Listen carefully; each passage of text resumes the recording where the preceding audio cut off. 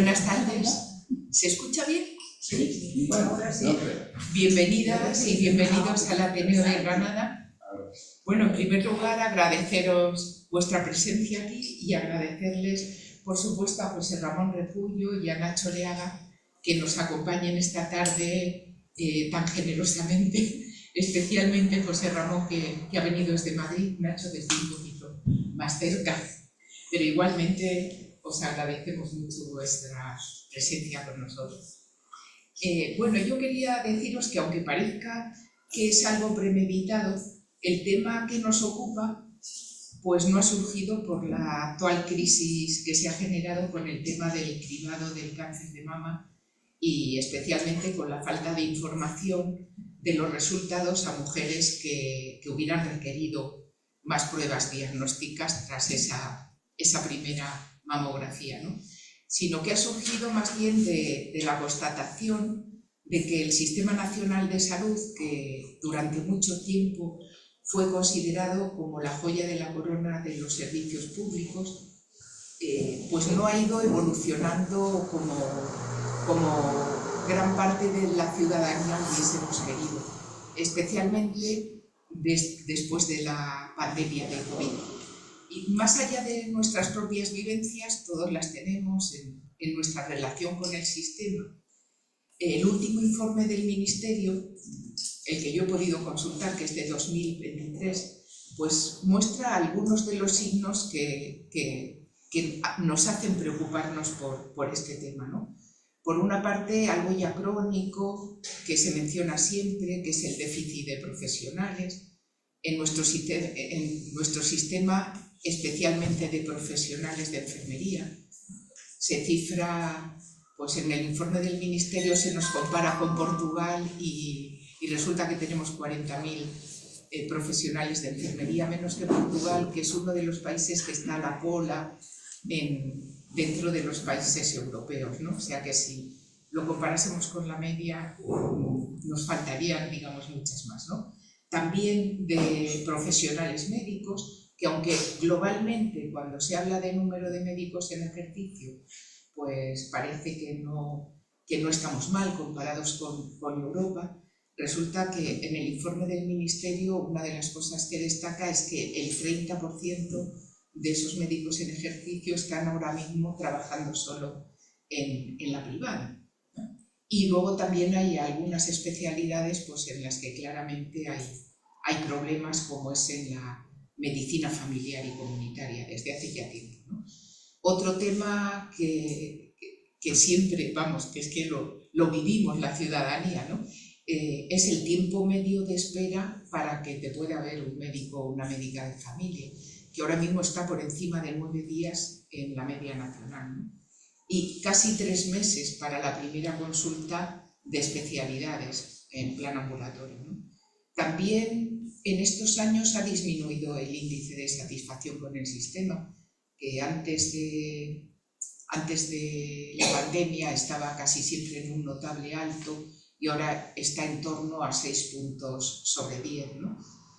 Y luego un tema pues, que lo comentamos mucho entre nosotros, que es el crecimiento del aseguramiento privado, que en principio no tiene que ser un problema si no fuera porque ese aseguramiento pues, en gran parte está relacionado con los problemas de la pública, ¿no? Parece que en la última década este aseguramiento privado ha aumentado en un 40% y que supone ya un 30% del gasto sanitario total. Es decir, que el 70% sigue siendo público, pero ya el privado llega a un 30%, ¿no? Entonces, para hablar de todas estas cosas, con el título que veis en la pantalla, ¿no? Ascenso y caída del Sistema Nacional de Salud Español entre interrogantes. Para hablar de ello contamos con 2 personas que son personas de referencia en nuestro país y también en parte fuera de él en algunos contextos, ¿no?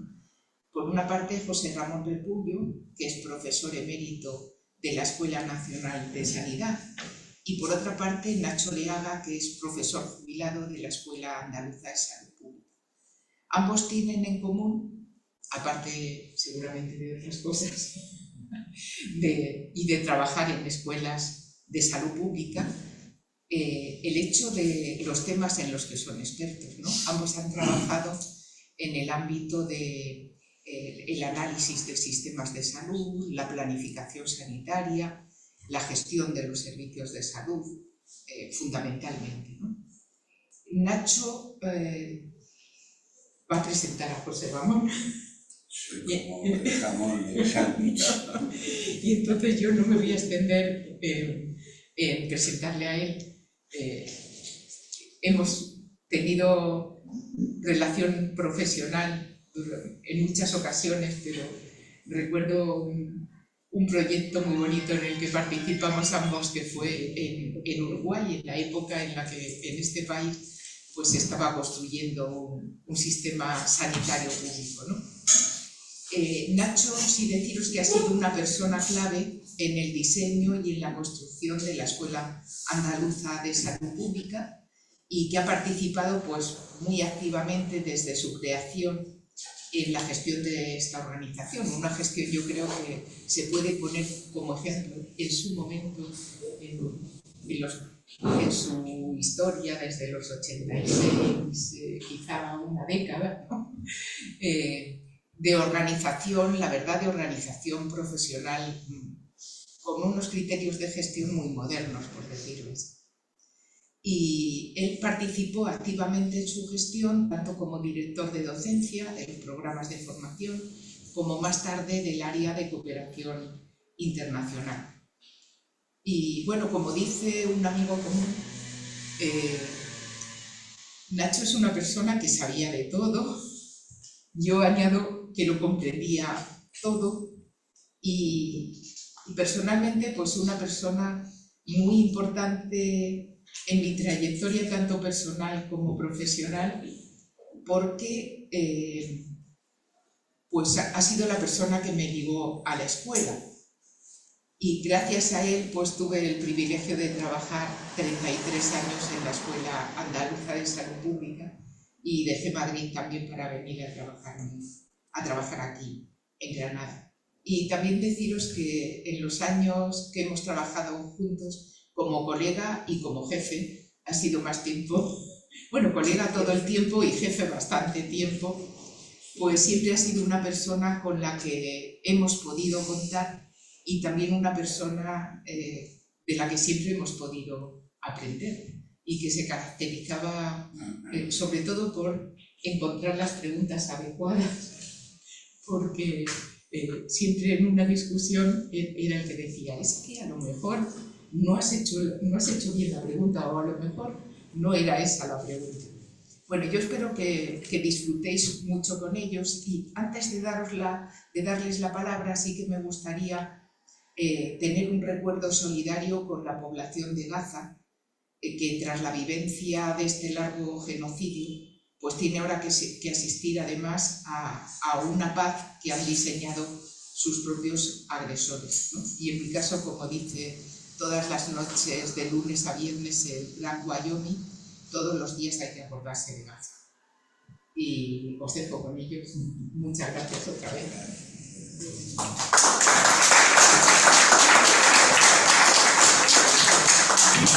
Bueno, yo como decía, soy como el jamón del sándwich. Elena, que entre otras muchas características es que es muy liante, me dijo, ven un día a presentar a José Ramón. Y yo dije, a presentar a José Ramón, encantado, pero nada más. Bueno, un poquito más. Al final no sé muy bien a qué vengo, pero por hacer un poco de introductor a la intervención de José Ramón, que me parece que es la más interesante, la que nos puede aportar luces y preguntas, ¿no? Yo diría que, sí, unos minutos, que estamos asistiendo en el sistema de atención sanitaria, en el sistema de salud, a 50 años de cambio. Sin que nadie se ofenda. Yo creo que todos o casi todos pues, hemos asistido, aunque sea de lejos, a esos 50 años, porque tenemos una cierta edad en este Ateneo juvenil. Entonces, por recordar algunos hitos, ¿no? Yo creo que hitos importantes al inicio de esos 50 años fueron la universalización de la atención sanitaria, al 100%, aunque nunca se haya llegado del todo, la descentralización a las comunidades autónomas, no más hacia abajo, poco más hacia abajo, una reforma basada en la atención primaria, no sé hasta qué punto basada en la atención primaria, pero con unos elementos de fortaleza, la introducción del concepto y la idea y los mecanismos de gestión pública más allá de lo que era la administración, y a resaltar un elemento que me parece que se mantiene, que es el aumento de la calidad profesional. Y todas estas cuestiones en estos 50 años se han mantenido. Yo diría que fue un siglo XX de mejoras, ¿no? Por eso el Sistema Nacional de Salud estaba en los años 2000, 2000 y poco, peleando por si era el primero, el segundo, el tercero, en los escalafones que había cada uno hechos de una manera. Yo recuerdo que en el año 2002, 2003, estando yo trabajando en República Dominicana, pues me dieron una conferencia, un texto, y hice unos pronósticos de lo que podía ser el desarrollo del sistema en adelante. La verdad es que acerté en muy poquitos cuando he estado revisando mis notas. Yo tenía la idea de que lo que había ido mejorando con claridad del 75 al 2000, pues seguiría casi una línea ascendente en casi todos los sentidos, ¿no? Parece ser que alguna de esos sentidos ha fallado. Y sí que hay que recordar que lo que determina a los sistemas sociales complejos, como es el sanitario, no es lo de dentro, sino básicamente son los elementos de fuera, ¿no? Por ejemplo, la política general, es decir, lo que piensan y lo que quieren otros. La economía, con sus ciclos y sus reglas y sus faltas de reglas. Los cambios sociales, ¿no? La demografía, incluido ahí lo que influye en la migración. También, sobre todo, quizás las expectativas y preferencias de la gente. La tecnología importada siempre, el sistema sanitario no genera tecnología propia, sino que vamos incorporando, lógicamente, de todo tipo, de información, de gestión, de diagnóstico, de tratamiento, de comunicación, de manipulación. También los deseos de los profesionales. Son elementos, aunque es un poco interno, que influye de alguna forma bastante en cómo se desarrollan los sistemas. La gestión mercantil, digamos, ¿no? Con todos los elementos que ha tenido de positivo y de no tan positivo. Y las cosas no esperadas, ¿eh? Los cisnes de un color que no esperamos, por ejemplo, la COVID, ¿no? Entonces, estos elementos son los que de verdad determinan los cambios en los sistemas sanitarios, sistemas sociales complejos, siendo muy difícil hacer previsiones, predicciones o pronósticos de por dónde van a ir los tiros. Yo durante años en mis clases en la escuela solía decir a la gente, a alumnos, a los compañeros que estaban sentados, digamos, en otras sillas, diciendo, imaginaros, es un ejemplo, ¿no? La consulta de atención primaria del futuro. Y la gente imaginaba unas cosas rarísimas, ¿no?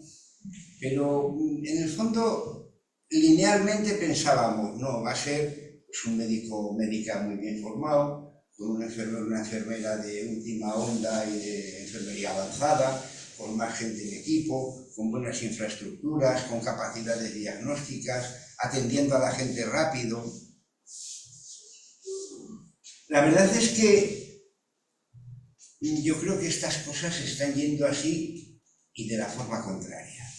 Yo no sé muy bien cuál es un ejemplo de consulta, de consulta de atención primaria del futuro, pero ayer viendo cosas, ¿no?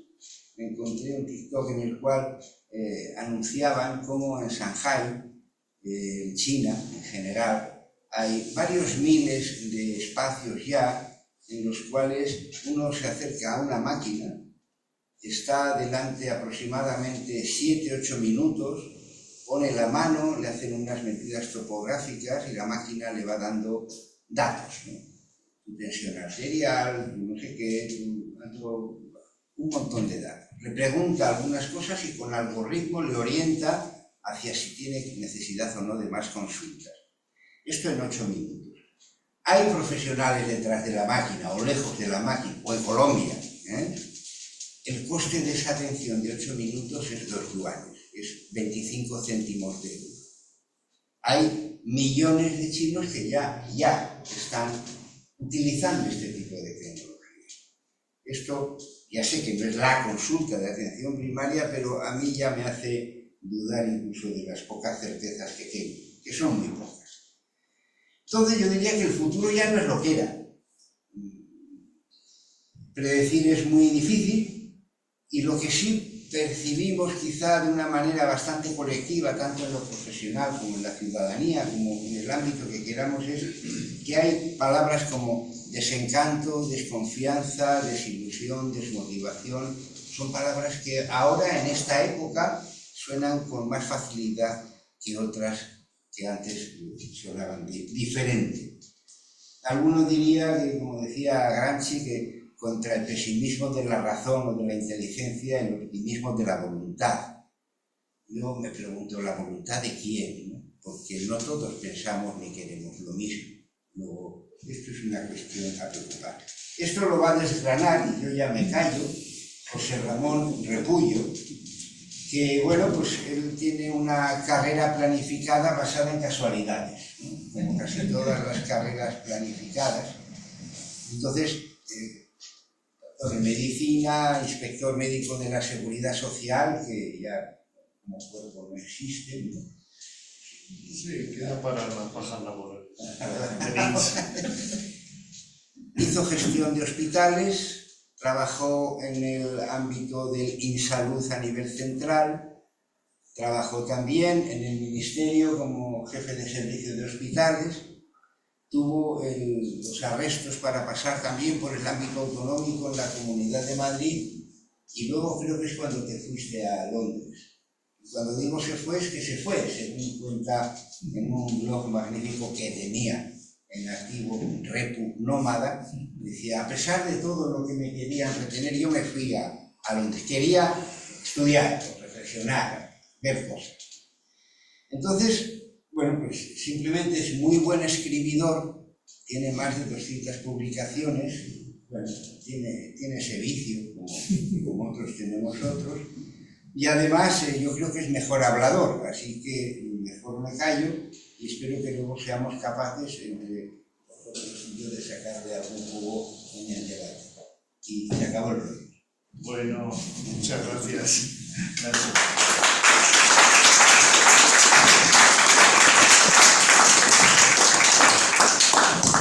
Bueno, pues gracias, un placer estar aquí en Granada, rodeado de amigos, de gente próxima. Bueno, Elena, Nacho, todos los demás que estéis aquí. En mi particular batalla contra el PowerPoint, no voy a usarlo, quería trasladar sobre todo una reflexión de síntesis, que creo que el músculo de síntesis es el que tenemos más atrofiado en este momento. Entonces me planteé este título para retarme a mí mismo y ver si era capaz de intentar explicar, bueno, pues los elementos de ascenso, de caída del Sistema Nacional de Salud español. Entonces me obligué a poner pues 5 ítems que son los que voy a compartir con vosotros. El primero es una introducción para reflexionar si el Sistema Nacional de Salud es bueno, bonito y barato. Y otro es que desde fuera nos ven así. Por lo tanto, la primera pregunta es bueno, bonito y barato?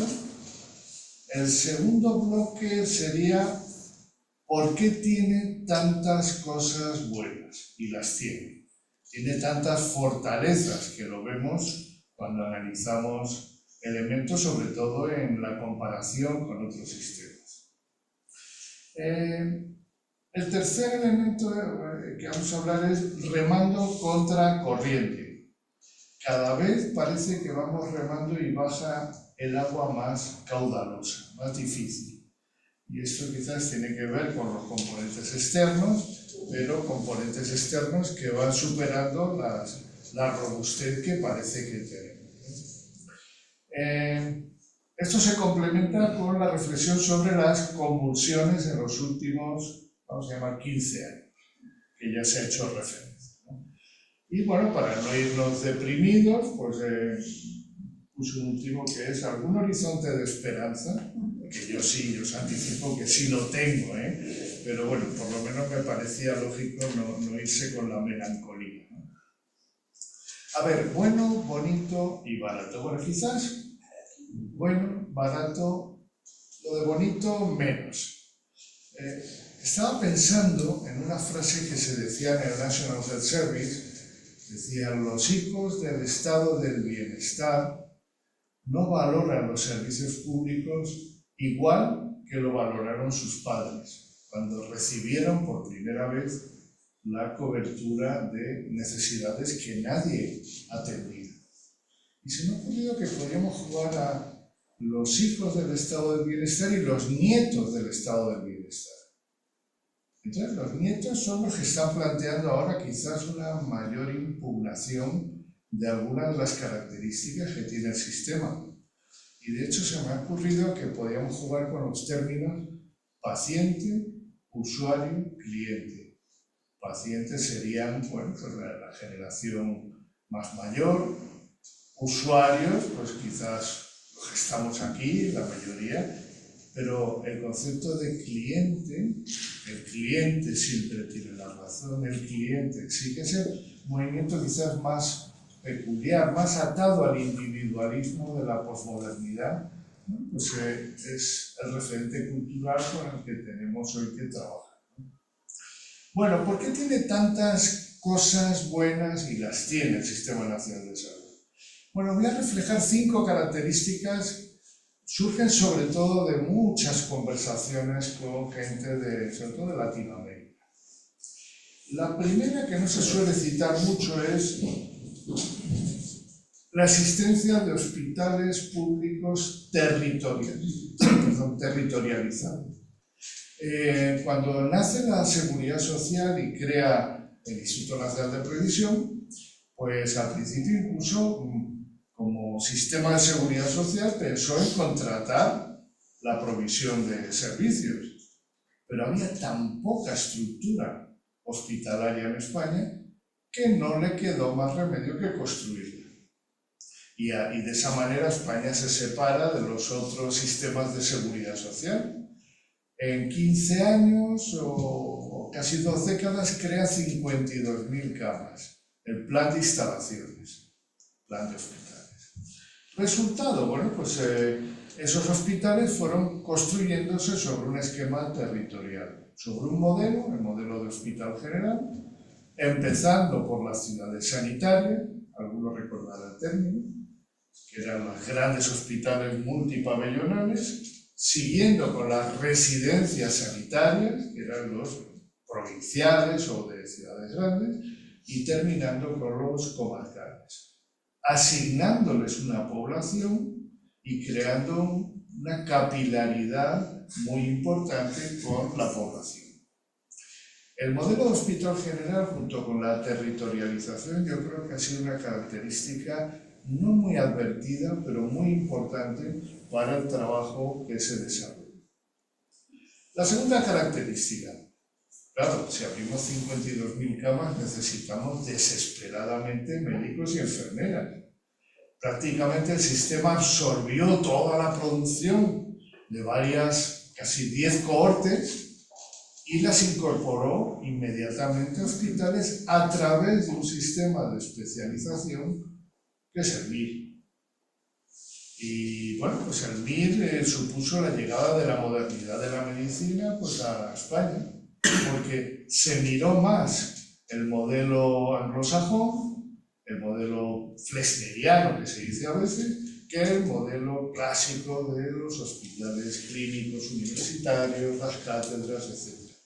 Por otro lado, algo que también pasó inadvertido, el jefe de servicio, el jefe de sección y los facultativos no tenían mucha diferencia de edad. No había un catedrático que bajaba del Monte Olimpo y que era un dios, ¿no? No había más, vamos a llamar, proximidad etaria, y por lo tanto el modelo jerárquico basado en la autoridad administrativa o académico-clínica tenía menos vigencia. Y esto fue importante porque, claro, conceptos como medicina basada en la evidencia, comisiones clínicas o sesiones de servicio eran fáciles de incorporar en un modelo meritocrático y mucho más pegado a lo que sería el mundo de la medicina. Por lo tanto, Hospital General, Sistema MIR, en tercer lugar, aunque hablamos de una tardía reforma de la atención primaria, que fue casi 15 años después que la reforma de los hospitales, lo cierto es que entró con mucha pujanza. Y hubo cohortes pioneras que con muy pocos recursos lo asumieron como un objetivo generacional. Bueno, de hecho, por aquí andan algunos. Y este, digamos, desarrollo, pues, suplió con compromiso la falta de medios y la desorganización. Es todo lo contrario, un movimiento planificado, era bottom-up. Prácticamente forzaron a la administración a crear el nuevo modelo y a materializar. Yo a veces he pensado que tanto voluntarismo quizás a veces es tóxico, porque hace que se acostumbren a que la voluntad salva la precariedad, ¿no? Pero bueno, en todo caso luego lo El cuarto elemento que he puesto es la silenciosa excelencia de la enfermería española. Y eso yo creo que habrá que trabajarlo, porque un componente importantísimo de tanto el componente de la efectividad clínica como preventiva de la medicina española depende de una enfermería que tuvo una presencia, ya digo, bastante silente, no de tanto de sus representantes colegiales. Me refiero, digamos, a la enfermería que estaba en las instituciones y que, bueno, pues a través de distintos procesos de mejora académica fue ganando competencia y capacidad de resolver problemas. Y el quinto elemento, quizás sea un poco polémico, yo lo he conocido, es que la Administración de la Seguridad Social, el INP, el Instituto Nacional de Previsión, luego el INSALU, pues era una administración especializada que estaba un poquito lejos, separada de lo que sería la Administración General, que en tiempos de la dictadura de Franco era bastante corrupta. No voy a decir que no hubiera corrupción en el INP, pero era una estructura mucho más tecnocrática, burocrática si se quiere. Algunos le llamaban al tema burocracia hermosa, porque una burocracia funcionante también era un modelo más sencillo, pero de alguna manera como administración especializada podía o desarrolló bastante capacidad de articular una red sanitaria homogénea. Bueno, vamos a ir a lo de remar contra corriente. Primer elemento, la baja prioridad de la sanidad en la política española. Este es un tema importante, desde la política democrática española. Ha habido quizás buena autosuficiencia, inmovilismo, quizás condicionado por el éxito institucional, era el mejor servicio público que tenía o que había desarrollado el Estado español, pero lo que es cierto es que al político español el tema de la sanidad nunca le preocupó. Y esto es un tema importante porque al no preocupar estás a la cola de procesos de reforma, etc. Y segundo punto, la tentación periódica para involucionarla hacia un sistema para pobres y un pobre sistema. El debate que hubo en los años 80 en la socialdemocracia europea tenía mucho que ver con dos perspectivas. La nórdica, la sueca, de Olof Palme, que creía en la universalización, en derechos universales para toda la ciudadanía. Y estaba también pues, Willy Brandt, la socialdemocracia alemana, que pensaba mucho más en términos de ayudar a que no pueda pagarse. Un modelo más de apoyo, pues cómo funciona las Krankenkassen alemanas. Si tú tienes por encima de un nivel de salario puedes no estar cubierto por la sanidad pública, sino contratar un seguro privado. Ese modelo y tenía mucha resonancia en una parte del gobierno español de la época, pues Carlos Ochana, también Felipe González. Y lo único es que, bueno, al final se materializó más una proyección hacia el universalismo. Y de hecho la Ley General de Sanidad materializa, por lo menos en vocación y en filosofía, este cambio de modelo. El tercer problema, pero siempre estuvo ahí, ¿eh? Y por supuesto algunas ramas del Partido Popular han heredado esa idea de involucionar el sistema. Inmadurez gestora de las comunidades autónomas. Bueno, no se enfaden. Pero es cierto que digamos, hubo una transferencia a unas administraciones poco maduras y con crecientes costes de interferencia políticos y burocráticos. No fue obviamente la misma historia en todos los lugares, pero bueno, pues en algunas comunidades, por el tamaño también tan pequeño que tenían de población, pues hubo mucho amateurismo, mucho sectarismo y una modernidad gerencial a veces muy poco reflexiva. Y yo creo que es algo que erosionó en cierta manera y tuvo un efecto de desespecialización institucional.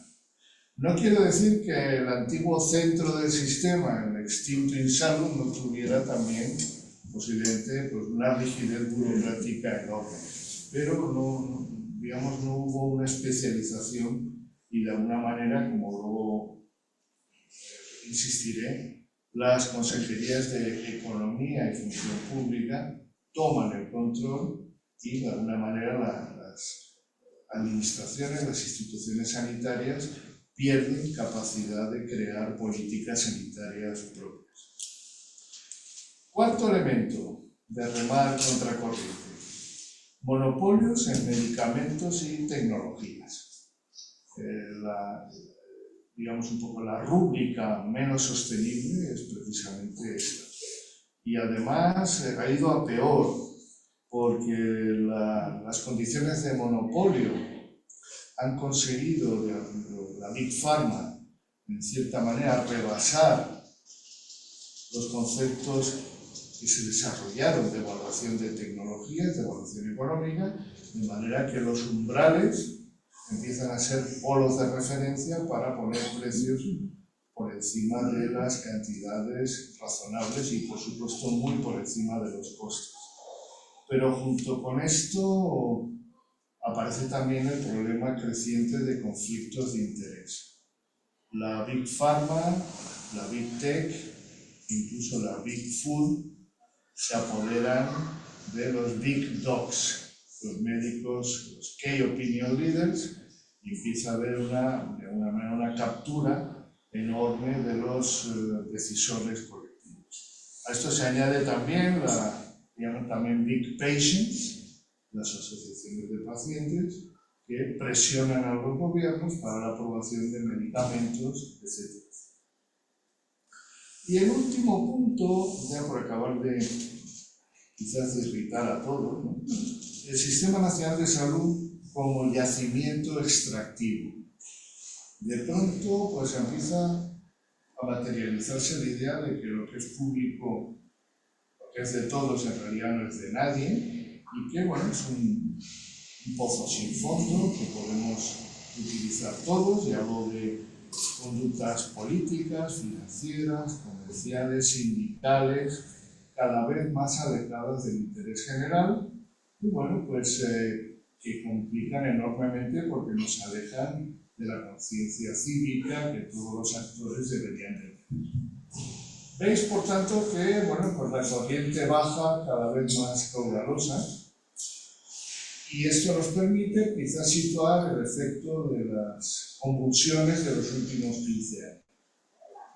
Empezando por la gran recesión, que llega muy fuerte a la sanidad, un poquito más lenta en el 2010-2011, Y la COVID-19, una lenta recuperación, luego la COVID en el 2000, que aunque el Sistema Nacional de Salud podemos decir que respondió de forma resiliente, dejó 3 grietas enormes. La primera grieta en la atención primaria. La segunda, en la desafección de una parte de las clases medias, posiblemente muy focalizado a esperas inaceptables. Y la tercera, la deserción moral de los profesores, que coincide con un relevo generacional. Bueno, esto si queréis podemos hablar más, yo lo dejo apuntado porque son temas que se han trabajado, se han planteado bastante. El segundo elemento que yo creo es más interesante porque es más silente. La tecnomedicina inunda la medicina moderna del Sistema Nacional de Salud. El concepto de tecnomedicina se está trabajando ahora es algo así como una rebelión de los instrumentos que asumen el protagonismo que debían de tener quienes los manejan. Y se habla de fragmentación en subespecialidades y se habla de atomización en procedimientos que buscan abrirse paso para generar demanda. Fragmentación y atomización hacen que los costes de organización sean enormes y que además los profesionales empiecen a fugarse hacia adentro. No tengo aquí el gráfico, pero si vemos la evolución del número de especialistas por 1000 habitantes en España, vemos desde el 2002 una subida escalonada e implacable. Si vemos lo mismo en la atención primaria, vemos una meseta. En la atención primaria no hay subespecialidades donde fugarse. En cambio, los especialistas empiezan a buscar unidades, procedimientos, donde simplifican su perfil profesional, lo concentran, pero claro, el problema de tener una unidad de menopausia o del adolescente triste o de lo que queráis, es que para que esas unidades trabajen en un tamaño óptimo, tendría que haber muy buena planificación de la alta especialidad y no la hay. Casi se hace por capricho, por moda. Encima, habitualmente viene un consejero y inaugura esa unidad de fantasía. Tenemos un problema grave y mi opinión es que faltan médicos porque nos estamos dejando secuestrarse en unidades camufladas dentro de las especialidades. Pero bueno, este es un tema de debate, pero yo creo que quedaría para una buena reflexión. El tercer elemento yo lo destacaría, hay una crisis en la atención primaria por la jubilación de la cohorte pionera, que obliga a cambios que no sé si no se saben o no se quieren hacer. Y es importante porque esa cohorte pionera era la que ponía toda la carne al asador. Y la siguiente lo que quiere es condiciones de trabajo que sean razonables. Es decir, no creen mucho y además posiblemente hacen bien en el heroísmo, sino que piden cambios en la organización. En cuarto lugar, retroceso a los instrumentos de gestión y gobernanza. Los contratos de gestión, la gestión clínica, la presupuestación pactada por objetivos, todas estas herramientas que hemos usado han ido perdiendo vigor, se convierten en liturgias de gestión y muchas veces se firman los acuerdos de gestión en el mes de marzo, en el de abril, cuando ya ha pasado medio año casi, nadie les conoce, nadie les presta atención y por lo tanto el sistema carece, de medios para producir un impulso hacia la gestión. La paradoja es que justamente ahora los sistemas de información que tenemos son más potentes, permitiría mayor granularidad, comparabilidad y actualización. Por lo tanto, tenemos más posibilidades, pero las herramientas están más fuera de control. Y el último punto, quizás sea más intangible, el cambio generacional. Tengo aquí anotado, los jóvenes quieren mayor conciliación, mayor calidad de empleo, mejor organización de los servicios. Se acabó el petróleo barato y la militancia heroica. Ahora es el momento de la buena gestión, de invertir en recursos para mantener el sistema nacional de salud. Y noto que muchos médicos clínicos o jubilados a punto de jubilar tienen una crítica importante a los jóvenes. Dicen, los residentes son más blanditos. No están dispuestos a hacer tantas guardias como las que yo hacía. Bueno, hay un pequeño resentimiento. Yo creo que eso es estúpido. Simplemente lo que hay que hacer es cambiar los métodos de gestión y estar en condiciones de hacer reformas en los modelos de trabajo. Último punto. ¿Algún horizonte de esperanza? Yo creo que sí, por supuesto que sí, ¿no? Incluso en esta época que vivimos, que algunos llaman trumpoceno, hay palancas para avanzar en los problemas. El Sistema Nacional de Salud sigue teniendo características muy robustas. Pensadlo al revés, si os cuentan cuáles son las reglas del juego del Sistema Nacional de Salud, uno diría, pero ¿cómo puede seguir funcionando? Y sigue funcionando, ¿sí? Porque hay características robustas del sistema. Y sobre esas características deberíamos de poder trabajar los procesos de mejora. A mí me preocupa, y sería el segundo punto, la captura silente de las políticas sanitarias por las autoridades económicas y de función pública, que impiden la descentralización real y los proyectos de gestión. Y me referiría también, y creo que este es el punto importante, al plan de reformas consensuado que salió de la Comisión Parlamentaria para la Reconstrucción Social y Económica tras la COVID. Hablamos de julio de 2020, ese es en realidad un auténtico informe abril del siglo XXI.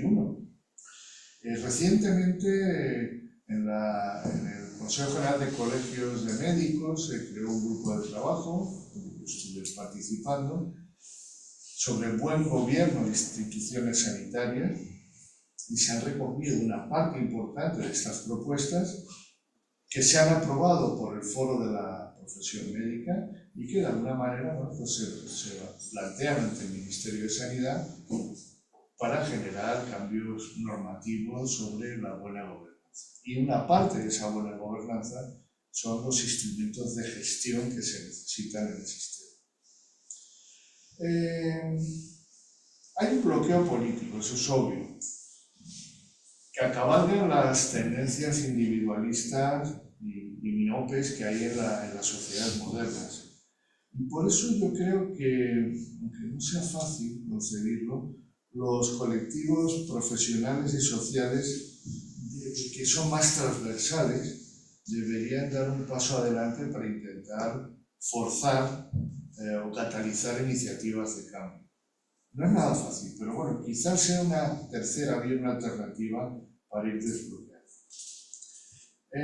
Sin buena política general y buena gobernanza sectorial, las aguas seguirán bajando caudalosas y tendremos que seguir remando con fuerza para mantener la barca a flote y quizás avanzar en algún ámbito, aunque sea lentamente. Creo que a los de la siguiente generación, no sé si le llaman Z, A o B o cómo, deberíamos pasarles el testigo quitando parte de la melancolía de lo que pudo ser y no fue. Esa la ponemos los de nuestra generación. Y diciéndoles claramente que hay posibilidades, pero tienen que buscarlas y trabajar. Y por lo tanto, bueno, aunque no sea muy esperanzador, pero yo creo que el Sistema Nacional de Salud puede, sobre su base más robusta y resiliente, primero seguir existiendo, que no es poco en la era en la que estamos, y seguir implementando pues, algunas líneas de mejora. Pues esto es lo que os quería contar. Gracias.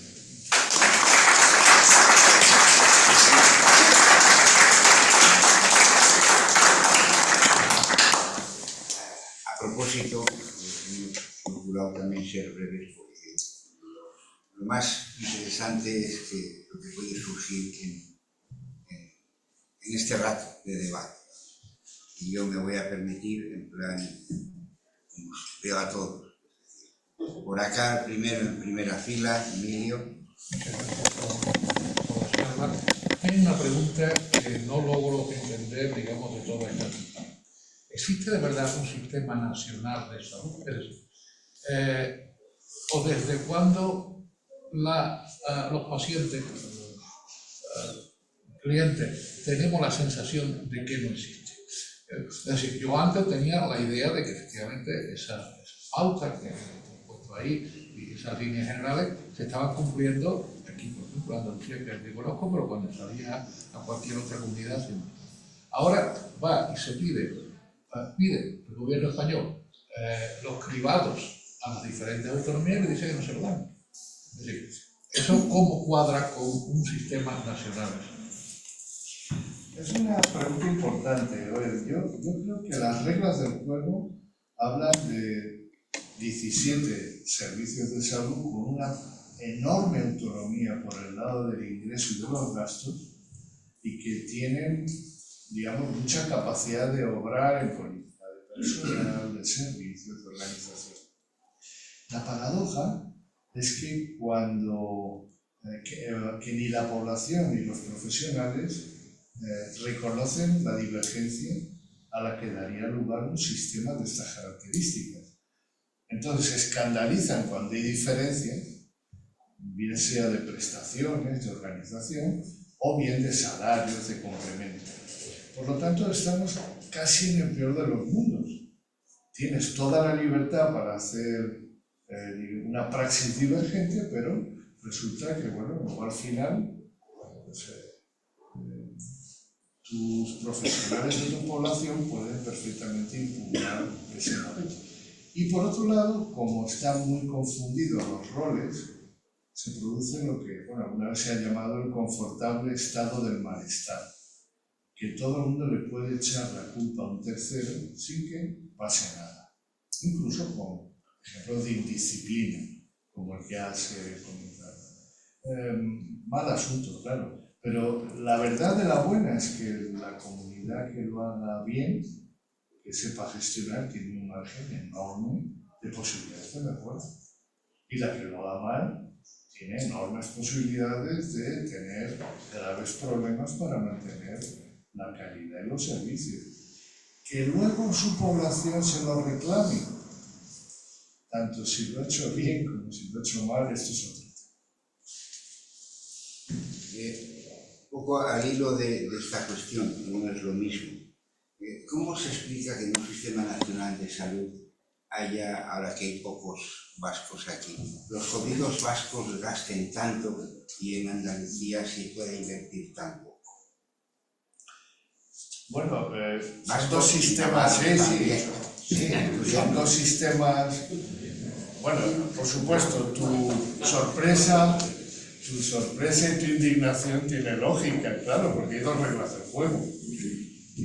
Yo no sé, hace poco un grupo de economistas de la UNED estaba estimando en qué medida tanto el País Vasco como Navarra tienen más capacidad de gasto por imputable a su sistema de financiación. Podría ser incluso un 20% o más.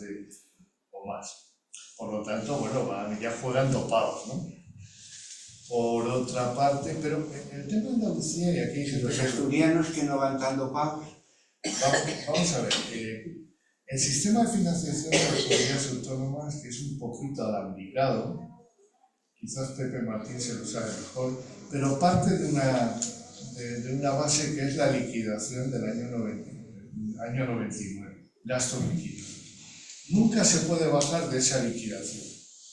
Y si esa liquidación te pilló con el gasto muy alto, bendito sea.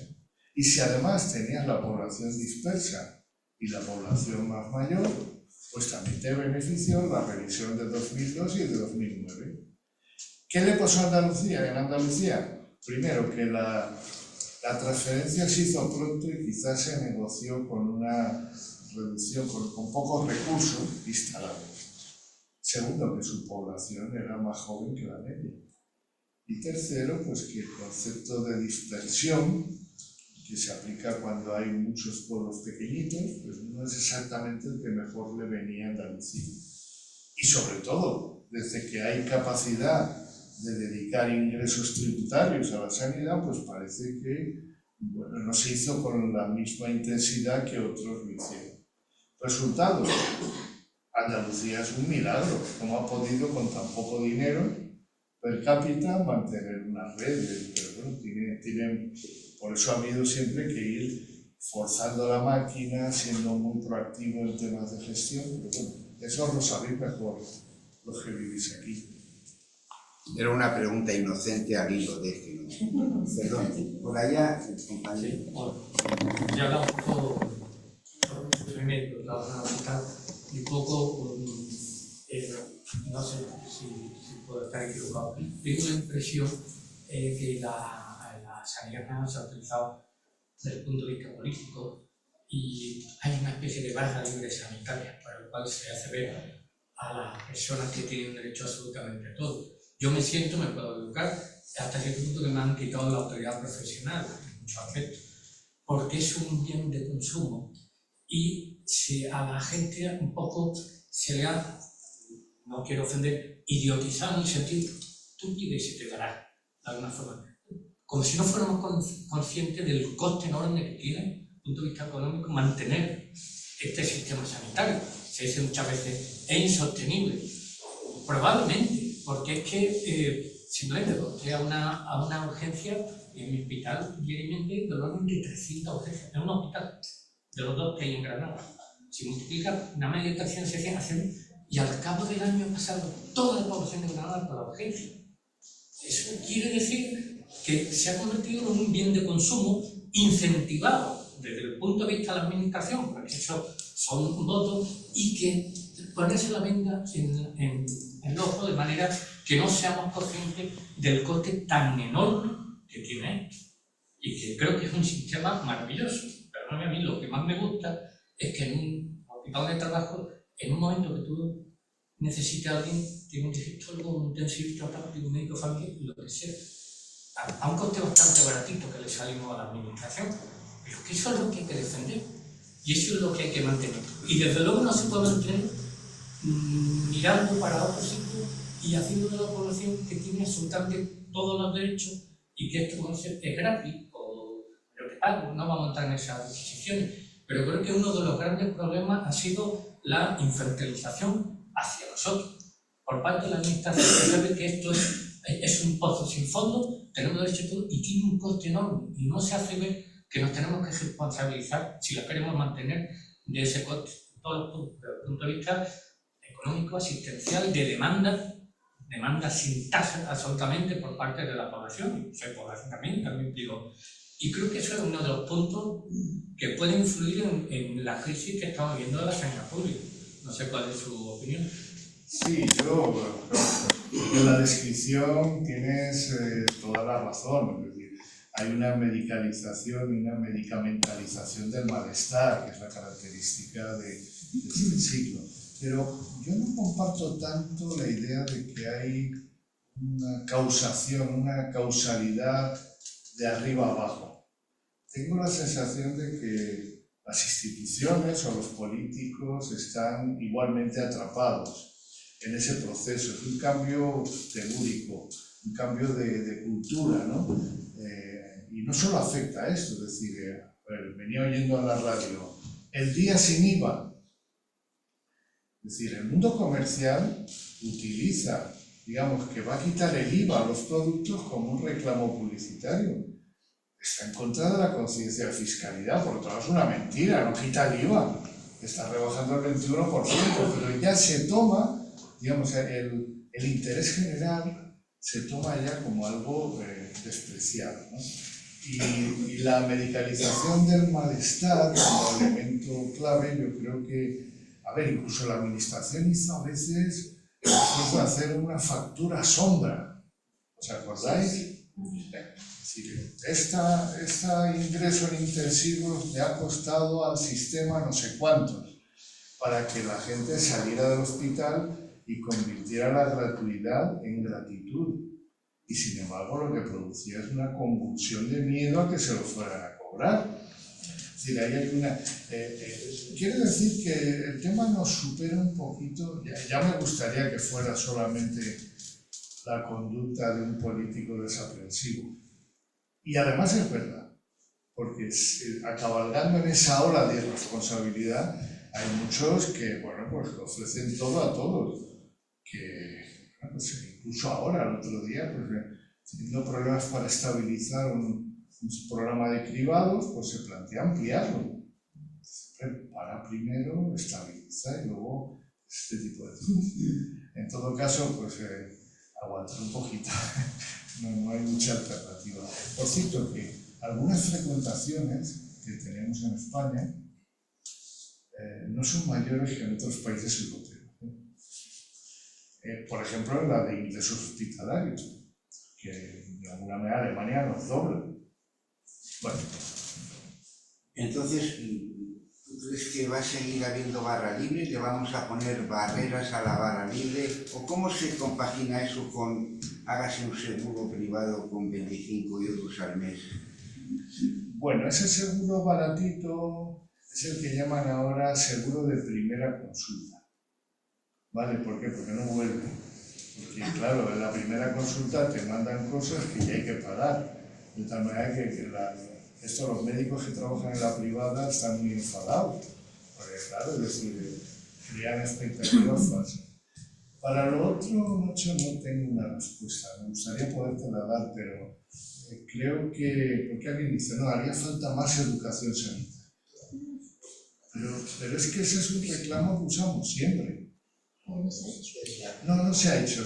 A ver, yo no quiero desanimaros, pero, a ver, un ejemplo muy pedestre. Tenemos la posibilidad de hacer educación sanitaria para que la gente se comporte de forma correcta, pero tenemos líderes que son unos cafres. Estamos hablando, por ejemplo, del autoritarismo a nivel... ¿Cómo le vas a decir a tu niño que se porte bien si tienes el líder mundial o los líderes mundiales portándose de esta manera? Entonces, yo creo que, bueno, sí, hay que hacerlo, pero no pongamos una confianza enorme.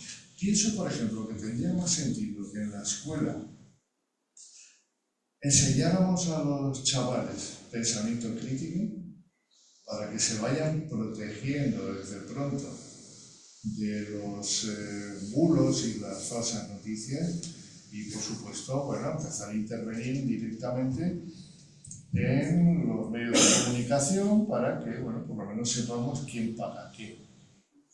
La transparencia, rendición de cuentas, todos los elementos de buen gobierno. Pepe. Sí, ¿no? Yo era por lo de antes, entonces voy a romper el clima. No, si lo que quieras que lo vas a pagar. Bueno, sí, pero sí me gustaría decir cosas que a lo mejor no son políticamente correctas. Uno, el modelo de financiación autonómica que tenemos está caducado desde 2014. Es decir, desde 2014, solo Dios, en su omnisciencia, porque una de las propiedades esenciales de Dios es la omnisciencia, si no, no sería Dios. Entonces, avancemos. Solo Dios en su omnisciencia sabe cómo se reparten los billetes desde el 2014. Las tuberías ocultas, estudiándolo, el máximo experto que hay ahora mismo en España es Ángel Fuentes, que periódicamente saca un informe tratando de descubrir. Pero lo hace un poco como los brujos miran los pozos de té, porque es extraordinariamente opaco el sitio. Y eso sin meter en el baile a Vasco y Catalán. El modelo de financiación vasco y catalán no es que sea opaco, es que ni Dios en su omnisciencia sería capaz de escudriñar cómo van los flujos de billetes. Y eso, con los vascos y con los navarros, es desde que la democracia es democracia. De la época. Y con el resto de territorios, el modelo de financiación común, desde el 2014. Es decir, que tenemos el principal sistema que reparte dinero en el conjunto del Estado, es opaco. Y opaco quiere decir que es muy difícil entender por qué. Porque cuando se fraguó, ya se pensó en hacerlo opaco, porque el modelo lo que hacía es llegar a acuerdos que luego unos economistas, cuyo nombre no diré, pero que algunos conocemos, les decían, hemos llegado a un acuerdo con Castilla y León, mételo en la fórmula. Era el mundo al revés. O sea, primero llegaban a un pacto político y después, ¿qué fórmula puede justificar? Para eso están los economistas en el ministerio. Era simplemente por comentar que el sistema que reparte recursos en el conjunto del Estado es un sistema que está derogado desde el 2014, que no se ha conseguido renovar por parte de ningún gobierno desde el 2014, han pasado, creo yo, varios de distintos colores, y la posibilidad de que ahora renovemos es simplemente imposible. Eso sí que es verdad que entra en el territorio de la fantasía, más que de la ciencia ficción. Y un simplemente apunte y me callo. Si el acuerdo que está fraguando, que yo imagino que no va a salir, el gobierno con el gobierno de la Generalitat Catalana, de un modelo de financiación, de una especie de cupo, entre comillas, vasco y catalán, se produjera o produjese en las condiciones en las que parece hacer, el resto de territorios, en concreto de Andalucía, simplemente no tendría para pagarle el sueldo a los médicos del SAT. A todos, ¿no? Simplemente. Y he dicho Andalucía porque decía Andalucía. No habría dinero para pagar a los médicos. Y no habría dinero para pagar otros servicios públicos. Porque Andalucía es un territorio pobre. Que hipócriticamente no le vendría mal a Madrid, el gran financiador del Estado. Que así, en Madrid es que transfiere dinero al resto del conjunto del Estado. Y Cataluña después. Pero Cataluña no es Euskadi y no es Navarra. Cataluña es el 19% del PIB y del 16-17%, estoy diciendo de memoria, me puedo equivocar en un punto, de la población. Como decía antes, en Houston seguimos teniendo un problema con la financiación y es un asunto que maneja, si en términos generales todos los gastos sanitarios un 10%, el público 7,5%, es como mucho dinero, ¿no? Y seguimos teniendo un problema. No, en fin, lo que plantea Pepe es la verdad, es la realidad. Y por eso nadie sabe cómo se puede despejar esa ecuación. Lo que plantea ese minicupo que plantean para Cataluña, con la ordinalidad, etcétera, yo no sé cómo se puede concretar, porque evidentemente comunidades como Extremadura, por ejemplo, se quedarían, yo creo, con 2/3 de la financiación efectiva para los servicios públicos fundamentales. Y además con incapacidad para generar ingresos fiscales propios suficientes. Bueno, en todo caso, bueno, siempre cabe esperar que desde 2014 pueda seguir otra década provisional y de esta manera seguimos pudiendo pagar los sueldos. Un problema, cuestión a resolver. Se puede vivir con el problema de forma crónica, como parece. A ver qué pasa con esto. Por aquí tenía Conchita. No, que me creía que estaba señalando. No. Hola, buenas tardes. Bueno, os felicito porque lo que me habéis traído es cantidad de recuerdos. Porque claro, soy muy mayor y eso lo he vivido en el centro. Bueno, yo quería, a propósito de lo que ha dicho Nacho, de las expectativas. Es decir, las expectativas que tenemos los ciudadanos y que teníamos hace años cuando se crea la ley de sanidad, que como decía, pues no se ha dotado convenientemente. La ley de sanidad era magnífica, pero estaba sin dotación. Y eso lo sé directamente pues, de Pedro Sabando, por ejemplo, que hizo mucho por esa ley y que ahí está. Estas expectativas iban orientada a meter a la sociedad, a la población dentro del sistema, participando y educándola. Y yo ahora pregunto, ¿los centros de atención primaria de verdad siguen educando a la población? ¿Se preocupan eso de las escuelas, de ir, de hablar? Existía un equipo de educación para la salud, existía un equipo en la Consejería de Salud de Andalucía de educación y participación comunitaria. ¿Qué es lo que pasa hoy? Pues que la gente, al haber menos médicos, quizás menos servicios, se van a la urgencia. ¿Qué está pasando? Lo que están hablando, los hospitales se están llenando con la urgencia y a veces no pueden atenderlo. Y la atención primaria parece que está como en segundo plano, cuando no era esa la idea que se tenía cuando se crea el sistema de salud, sino que la atención primaria iba a estar en primer lugar. Eso es lo que yo creo que la gente, esas expectativas, pues se han perdido porque no tenemos contacto con ese equipo. Tenemos contacto que nos dan una cita para la semana que viene, para la semana que vamos, que le contamos al médico lo que hay y punto.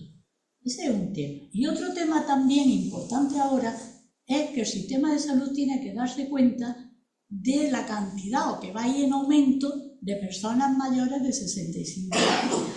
Y ese tema, ¿cómo se está abordando?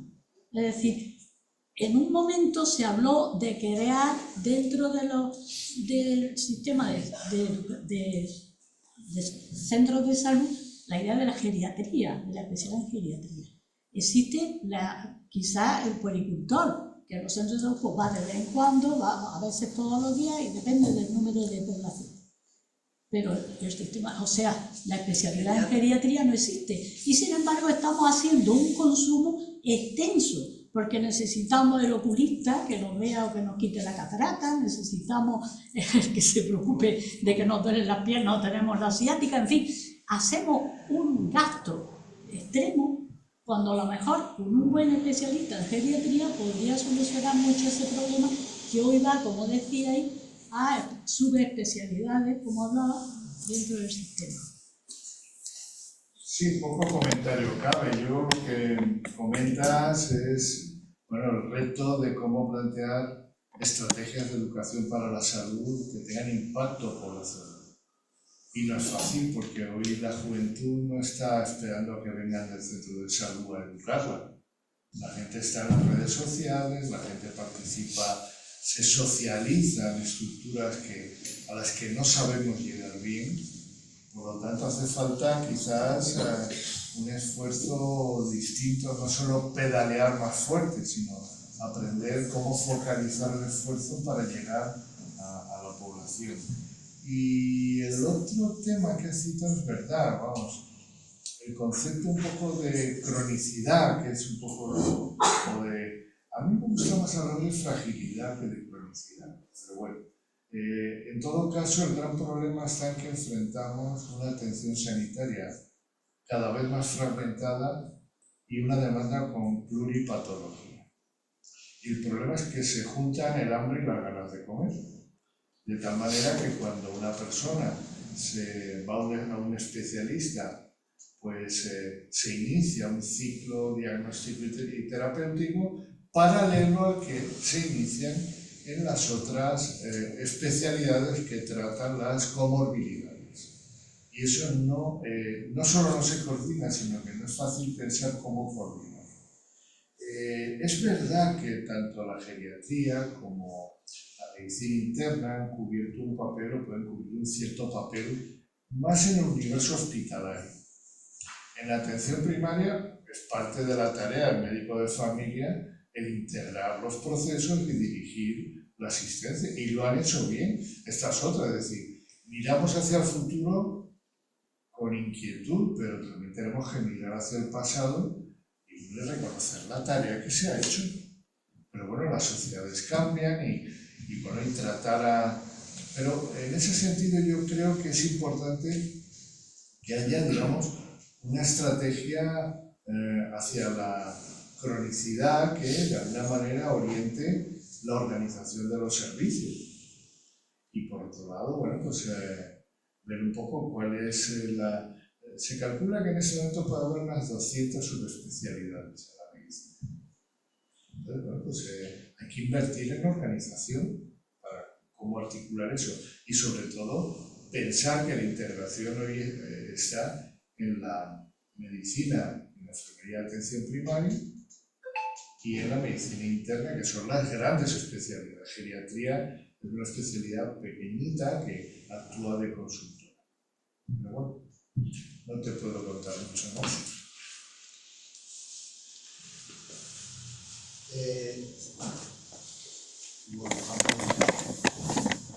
Quería preguntarte, bueno, haciendo hincapié en lo que hemos estado analizando aquí, que evidentemente pienso que la educación es básica y fundamental, y los que hemos pertenecido al Sistema Nacional de Salud nos hemos dado cuenta, yo quería resaltar un hecho que se está dando en nuestro actual sistema sanitario aquí en Andalucía, es que el usuario o el cliente valora mucho más cuando se le deriva a la privada a hacer un acto quirúrgico o a tener una consulta especializada, lo valora más que la propia asistencia dentro de la sanidad. Entonces, ¿por qué? Porque, o sea, yo conozco muchísima gente dentro de mi entorno, y dice, es que me han mandado a la privada, al hospital privado que sea, o que sea, a que me pongan una prótesis de rodilla, o a que me hagan esta consulta y tal.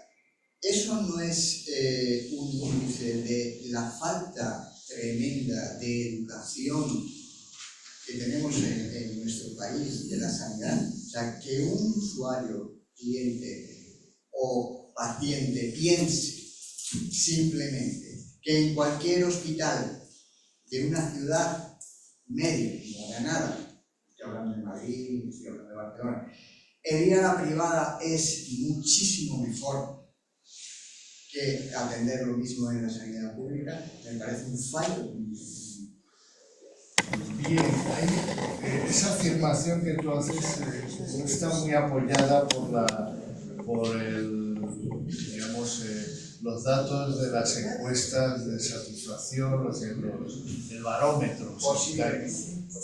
Habría que poner numeritos a las cosas. Posiblemente sea una opinión, pero yo he pertenecido durante 37 años al Sistema Nacional de Salud y tengo cierto criterio de análisis de mi entorno. Entonces, cuando yo me doy cuenta de que mi alrededor, mis vecinos, amigos, hijos, familia y tal, digo, es que me mandan a la privada a operar. ¡Qué bien! O sea, como diciendo, prefiero ir a la privada antes que ir a la pública. ¿Por qué? ¿Por qué eso? Por supuesto, obviamente la deslegitimación ha avanzado, pero tanto en el barómetro como también la experiencia que tenemos, por ejemplo, en los sistemas por los cuales una persona tiene una fecha de operación en el hospital público y le llaman para ofrecerle ir a un hospital privado, por ejemplo en Madrid es muy habitual, en general la mayor parte de la gente rechaza irse al hospital privado y prefiere quedarse en el hospital habitual, próximo y de que depende el conjunto de la atención. Pero tienes razón, puede ser que el tema esté avanzando, pero bueno, es decir, y de hecho en Buface, cuando los colectivos de nueva incorporación más jóvenes se les dio a elegir entre la sanidad privada y la pública, el 75% eligieron el Sistema Nacional de Salud. O sea que bueno, que yo creo que todavía la pugna de legitimidades está ahí. En Andalucía, la percepción que tengo en Andalucía. Por allá, Sergio. Sí. Bueno, muchas gracias a todos porque nosotros siempre se aprende con él. Una pregunta en relación con tu proximidad al entorno profesional. ¿Tú crees que será posible algún futuro, que no veremos seguro, en que los profesionales sanitarios no tendrán como valor supremo ser funcionario? Lo pregunto por una razón. Como tú sabes, hay dos estudios a nivel de país, no de muestra de país, sino todo el país, que son en Dinamarca y en Noruega, donde tener al mismo médico de cabecera más de 15 años reduce la mortalidad 30%. que si fuera un fármaco evidentemente ya estaría comercializado. Los dos países tienen modelos donde los profesionales son independientes. Yo no voy a pedir eso, válgame Dios. Pero sí que es cierto que nosotros seguimos haciéndonos trampas al solitario, diciendo que nosotros tenemos esa característica que se llama horriblemente longitudinalidad muy desarrollada, cuando tenemos un estatuto que fundamentalmente se basa en que se convocan plazas cuando quiere la autoridad sanitaria correspondiente, que juega además con plazos, con tiempos y demás, donde una vez que tomamos posesión de la plaza, y yo no soy ningún ejemplo, nunca la ocupamos o pedimos comisiones de servicio, donde la mayor parte de los contratos que se hacen son, en lugar de los que eran propietarios, contratos eventuales, y donde además tú puedes ir a la cárcel, Isabel García Marcos y el caso Malaya, y reincorporarte a tu plaza en el momento en que salgas de la cárcel. Entonces, ese sistema que es anacrónico, no hay ningún país en el mundo que tenga un sistema tan beneficioso para los profesionales y tan perjudicial para sus pacientes, es intocable. La prueba está, la discusión sobre el estatuto ahora mismo es unos y otros, pero nadie discute la existencia del estatuto. Es posible una fórmula, que no digo que tenga que ser de profesionales independientes, pero que sea un poco más moderna. Buena pregunta, Sergio. En teoría sí es posible, y de hecho lo sorprendente es que en Cataluña intentaron hacer una fuga hacia el modelo de EVAS, pero que quedó enquistada y que, bueno, por otro lado, tenía ciertas dificultades para generalizarse. La alternativa que se planteó en su momento sería, modelar un sistema de gestión clínica en la atención primaria que, sin perder, ciertas características del personal estatutario, le dotara de autonomía, capacidad de retención de talento y de rendimientos, etcétera, etcétera. Lo que ocurre es que de pronto, sobre todo en enero de 2002, la historia pasó a ser a 17. Nadie obliga a Andalucía a utilizar el modelo estatutario. Podría haber usado un modelo laboral, un modelo de contrato profesional. Por lo mismo, Navarra, que hizo todo lo contrario, les hizo funcionarios forales a todos los médicos y enfermeros. Es decir, que a veces proyectamos sobre el estatuto marco, pues eso del confortable estado del malestar, la culpa para arriba, pero nadie te impide hacer eso aquí abajo, ¿no? en la administración autonómica. A ver, yo, siendo muy práctico, esta es mi opinión más personal, y que, comparto en cierta manera con algunas personas de la Organización Médica Colegial con las que he trabajado. El médico español tiene una gran afición a ser estatutario. Estatutario, es decir, primero, pero nadie te impide mover un poco la relación estatutaria para que tenga características más próximas a la laboral. Que eso sería la tarea que tendría que haberse planteado en este momento el equipo del ministerio, que yo creo que en cierta manera se lo planteó, aunque no de una forma muy coherente. Pero lo cierto es que las centrales sindicales no tienen posiblemente ni siquiera margen de maniobra interna, tanto de los sindicatos de clase como en este tema, sobre todo los sindicatos médicos, como para llegar a transacciones. ¿Qué va a pasar? Yo creo que absolutamente nada. El estatuto marco no va a ser aprobado, yo creo que va a ir en un cajón. Y las comunidades autónomas que tengan creatividad y capacidad para actuar, igual pueden establecer mejoras. Pero de todas maneras hay paliativos también para los temas de longitudinalidad. Mete dinero, van a crear un complemento, creo que eso al menos la ministra lo dijo, un complemento para aquel que está más tiempo en su puesto de trabajo. Crear incentivos es una manera de facilitar el comportamiento, ¿no? Pero ahí estamos. Una pregunta. ¿Un médico en España, salvando las diferencias entre comunidades autónomas, realmente cobra una mierda?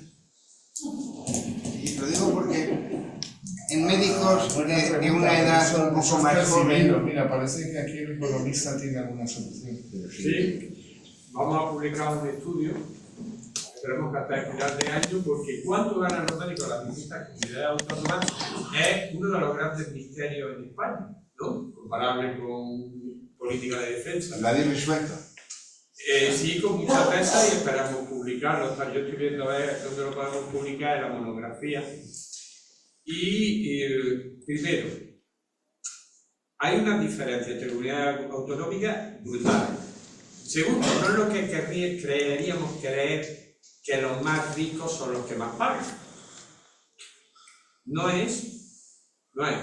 Depende de muchas características y no voy a entrar, ¿no? Pues, por ejemplo, sistemas forales, se llame un caso Cujo y otra aportación Navarra, son modelos similares. Sin embargo, los médicos hospitalarios navarros ganan mucho más que los médicos hospitalarios vascos ceteris-paribus, sin meter que uno haga 20 guardias y el otro ninguna.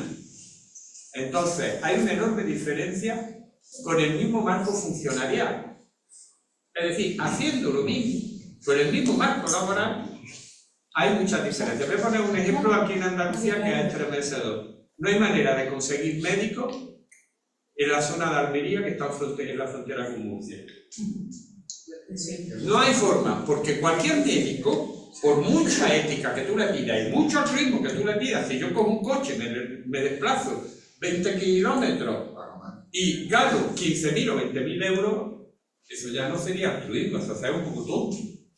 Vamos, uno de estos millones, por mucho que me cueste la gasolina, es que vamos un taxi, me va y me trae todos los días del hospital y le gano mucho dinero. Y estamos hablando de Andalucía y Murcia, que no son dos comunidades que haya mucha diferencia en renta per cápita.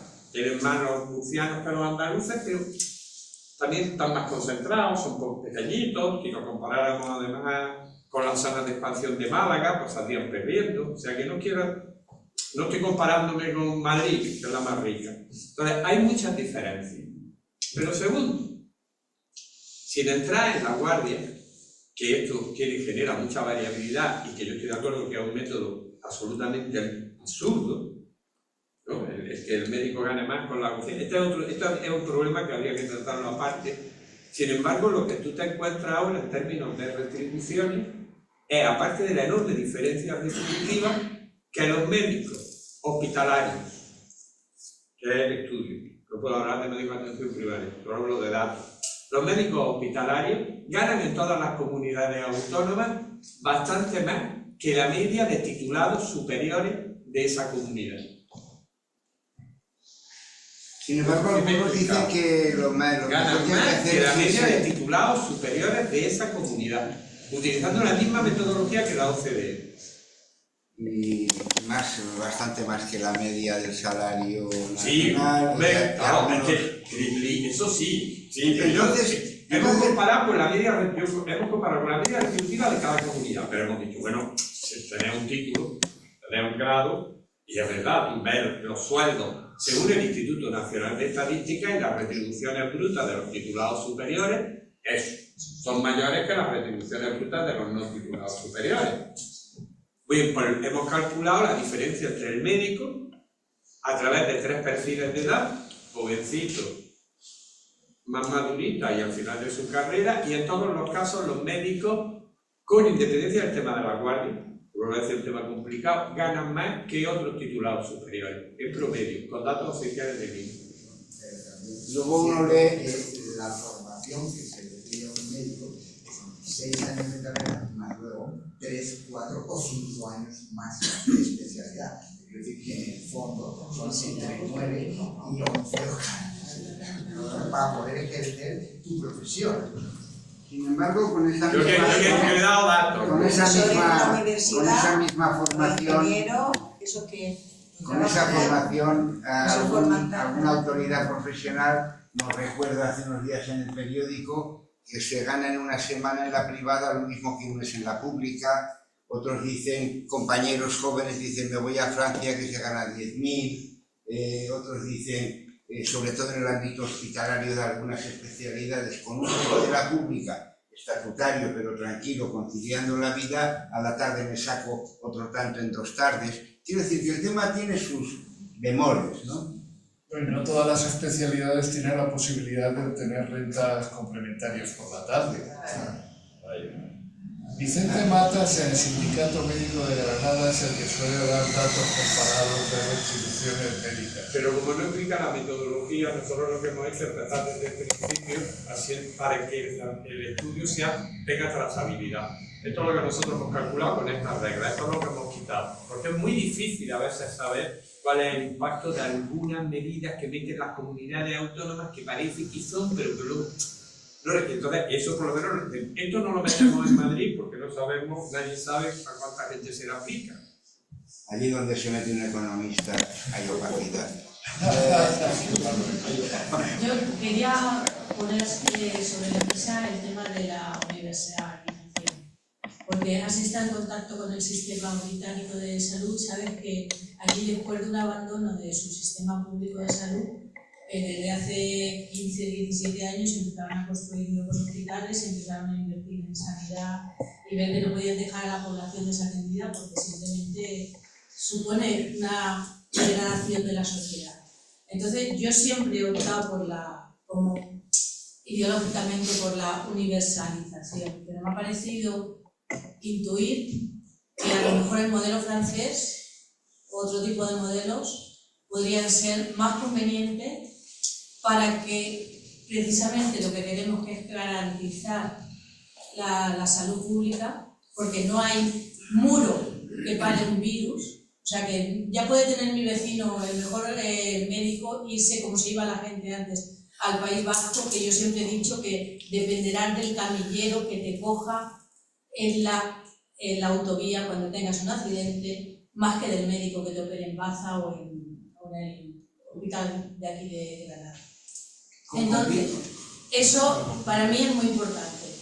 Es la universalización lo que seguimos queriendo para todo el mundo. Y otra cosa, que esto ha sido a raíz de lo que estáis hablando ahora, porque siempre que hay crisis sanitaria, lo llevo viendo 35 años, porque está muy en contacto con ese mundo, se habla del sueldo de los profesionales de la sanidad.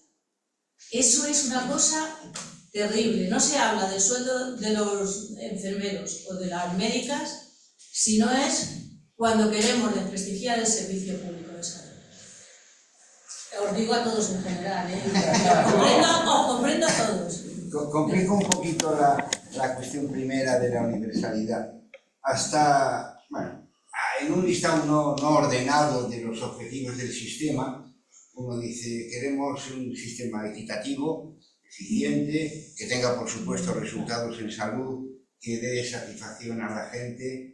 Ya si vas a América Latina, además esos 5 o 6 objetivos tienen otros 12 o 14, calidad, calidez, amor, simpatía, un montón de cosas. Todo es como una lista de supermercado, pero no ordenada. Y algunos sabemos o entendemos lo del trade-off, que no se puede ser a la vez tan equitativo como eficiente, y que la universalidad, para ponerla en primer lugar, relacionada con la equidad, está en primer lugar. Cuando decimos nosotros, ¿a quiénes nos referimos? Nosotros queremos un sistema igual para todos. En ese nosotros, ¿cuántos estamos? Oiga, esto no debiera ser ley, y la ley se cumpliría en la política si nosotros somos pocos. Bien, la universalidad yo creo que es una característica esencial de ciudadanía sanitaria. Es casi una necesidad democrática, ¿no? Porque todos contribuimos, todos tenemos que tener al menos la posibilidad de tener una igualdad de acceso y de oportunidad, ¿no? Lo que ocurre es que esto no se decreta. De hecho, pues estaba ahora pensando en Brasil, ¿no? Sacan una ley del SUS, del Seguro Universal de Salud, y de pronto todo el mundo tiene derecho, pero no aumenta la oferta, con lo cual al final pues da lo mismo. En realidad pues empieza lo que llamaban los ingleses el rationing, ¿no? El racionamiento, ¿no? Entonces, bueno, pues hay un gráfico que ha hecho bastante furor en el mundo académico, que es, bueno, por un lado tú tienes a cuánta población cubres, cuál es tu cobertura, qué le das y qué parte económica le puedes estar financiando. O sea, por los copagos luego acaban también Entonces, bueno, por eso la universalización tiene que ver con esas variables. ¿Qué universalizas? ¿Hasta qué punto? Etcétera. Y luego lo que tú dices, Nacho, es verdad, es decir, siempre hay un trade-off. ¿Qué hago yo? Pues si ofrezco pues, una serie de servicios, pero hay alguien que vive en un lugar remoto y, bueno, pues la diferencia entre ciudad y lugares... yo no voy a poder nunca garantizar una sanidad a una población esta de la España vaciada. Y por otro lado, pues ejemplos, ¿no? En Berín había un hospital con una maternidad que tenía un número bajísimo de partos. Entonces, bueno, pues un intento racional de llevar esos partos a otro hospital, pues organizó el alcalde un lío enorme y se acabó aquello, ¿no? Y bueno, tendríamos que empezar a plantear ese trade-off entre competencia técnica, equidad, movilidad del paciente, movilidad del profesional. Esos son los temas reales, ¿no? Pero esto no se arregla con una frase. Hay que sudar la camiseta. Hay que aplicarse a los temas prácticos y, bueno, pues esta es un poco la situación, ¿no? Y luego, ¿por qué se recurre tanto en situaciones de crisis al sueldo de los profesionales? Bueno, yo creo que es una manera quizás un poco simple de pensar que, bueno, pues hay un elemento ahí de distorsión, yo creo que donde hay sueldos mayores son en esas alcaldías que se ponen los sueldos a sí mismas, ¿no? Y que hay muchas en España, ¿no? Pero el mundo profesional, en fin, yo creo que tiene, aparte que el concepto de qué es un sueldo justo, es el sueldo que evita que se me vaya a otro lado. En el mundo de la empresa, digamos, se trata de retener al profesional. ¿Se nos van tantos médicos al extranjero? No. Las que se van son muchas enfermeras. Muchas enfermeras, eso es verdad. El otro día vi un editorial en el British Medical Journal donde decía, se escapan los médicos británicos a otros países. Y también decían lo mismo, dice, bueno, los certificados estos de idoneidad son muchos, pero no se van.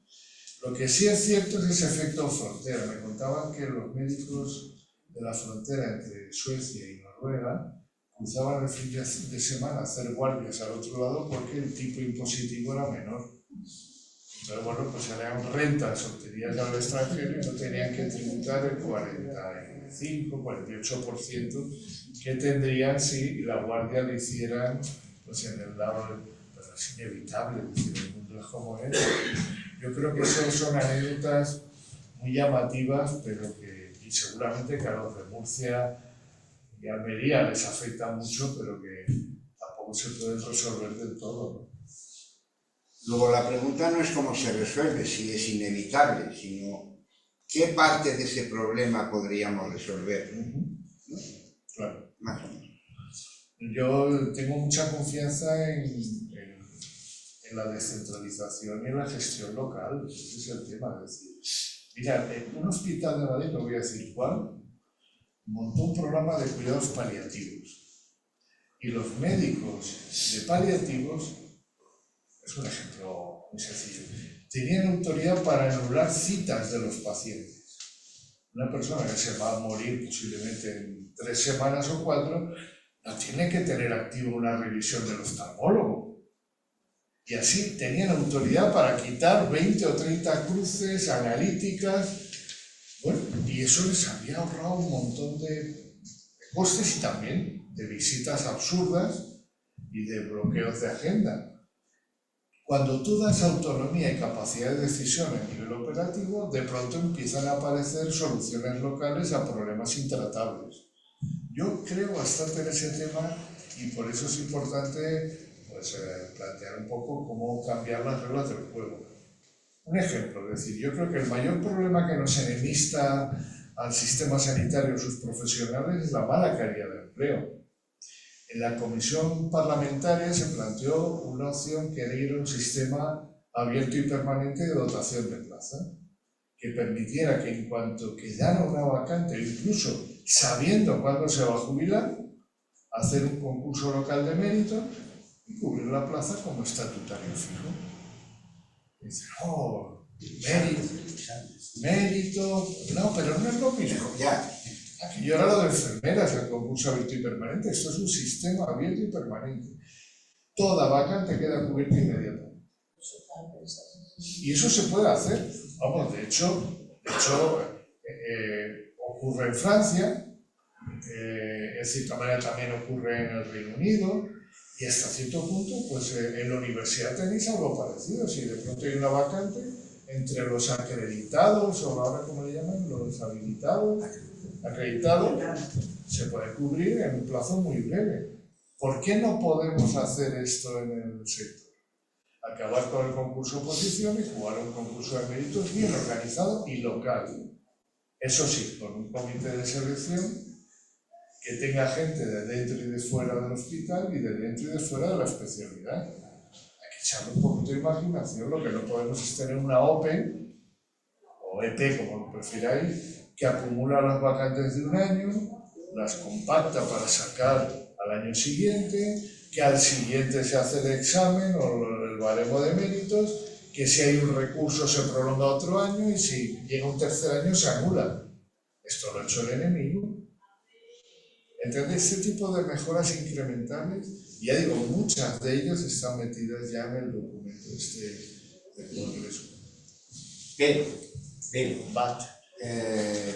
resulta que si somos partidarios o amigos de la descentralización, porque parece que es coherente con muchas cosas, sabemos que la descentralización trae diferenciación. ¿Cómo coño fijamos la descentralización con el tener que asumir que eso genera diferencia? Pues tendremos que aumentar la tolerancia a las diferencias. Es así. ¿Por qué? Porque los problemas, mira, una vez visité un hospital, un chale que hay cerca de la Sierra del Segura. En la Sierra del Segura. Sí. Y bueno, pues él estaba a cargo de aquello, pues tenía mucha dificultad para encontrar especialistas. ¿Y qué hizo? Pues se vino a Granada y buscó todos los médicos de especialidades que necesitaba de más de 50 años que no hubieran llegado a jefe de sección. Y hizo una racia y se los llevó en un turno muy cómodo, de que iban a trabajar acumulando todas las horas en 3-4 días. Se buscó la vida. Si es que cuando tienes la necesidad, se te agudiza el ingenio.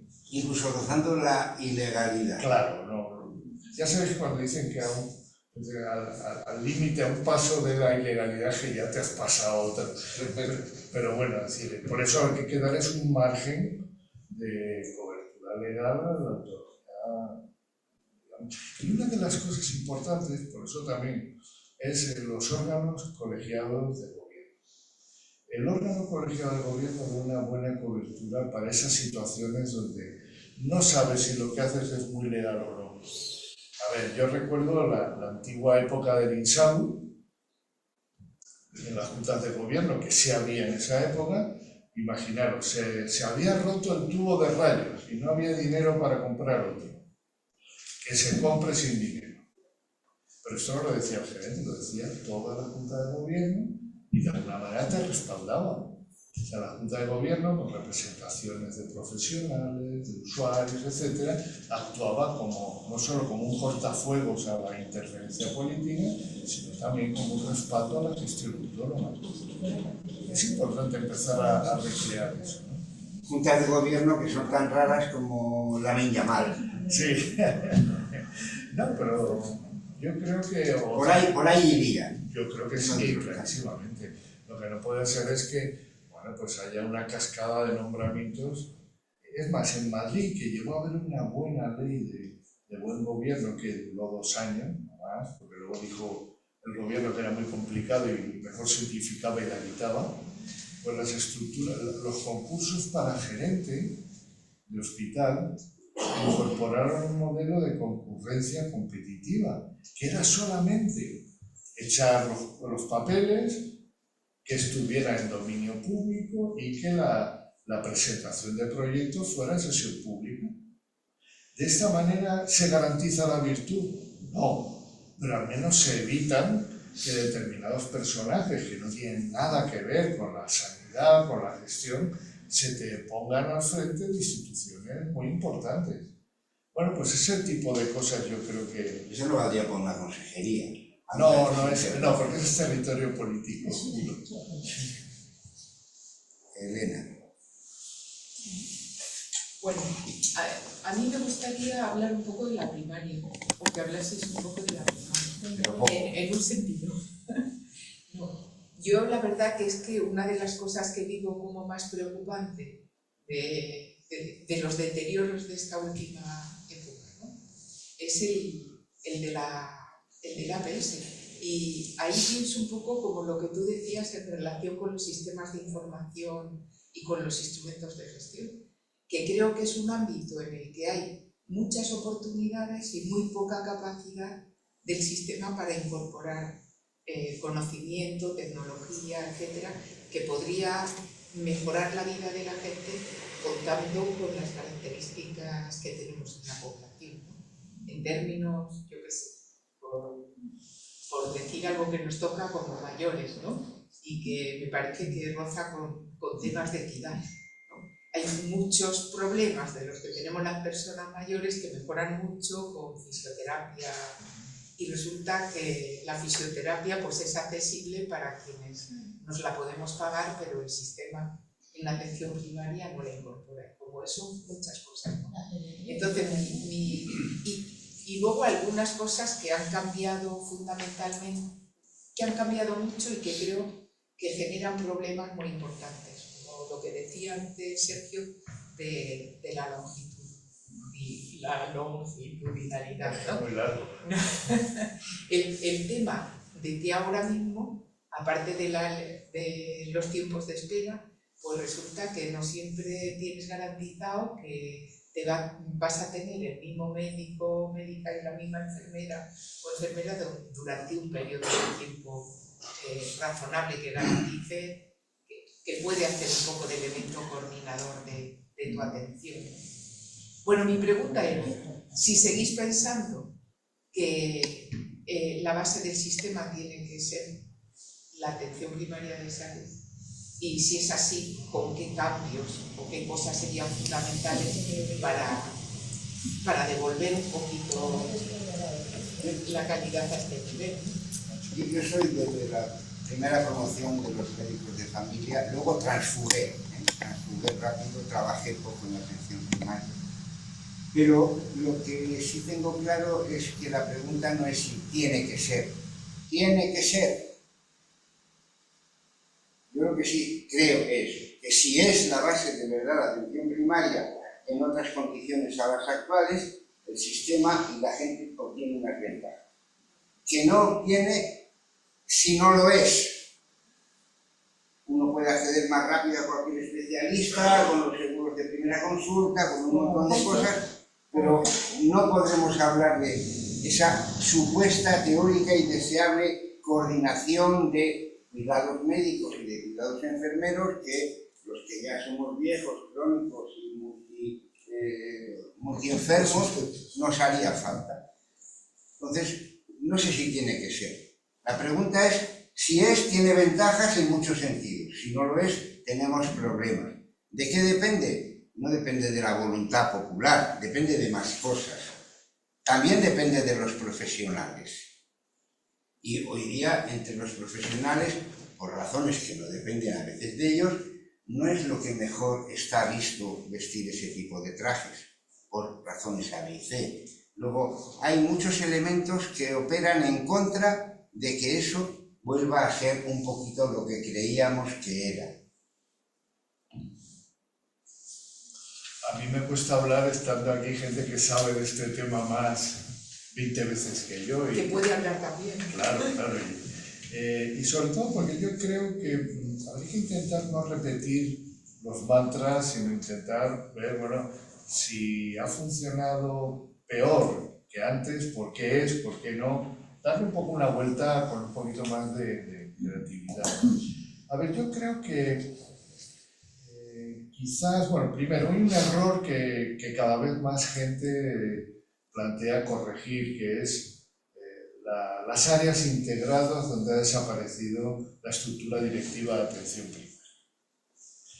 Curiosamente, en el grupo de trabajo de la Organización Médica Colegial, cuando planteamos el debate de reponer las gerencias de atención primaria, pensé que no iba a apoyarlo a nadie. Había un completo consenso diciendo que sin esa estructura de referencia no había forma de trabajar, porque no tanto por los problemas, el peso de los problemas, sino porque el tipo de trabajo en la atención primaria era muy diferente al de los hospitales. Bueno, primer tema. Segundo, yo creo que está claro, tenemos que hacer que trabajar en la atención primaria, bueno, pues, sea más confortable desde el punto de vista profesional.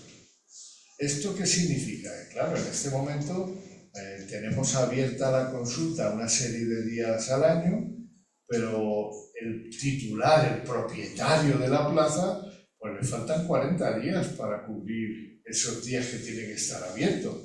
Por lo tanto, pues tenemos un mes y medio que no está cubierta la plaza.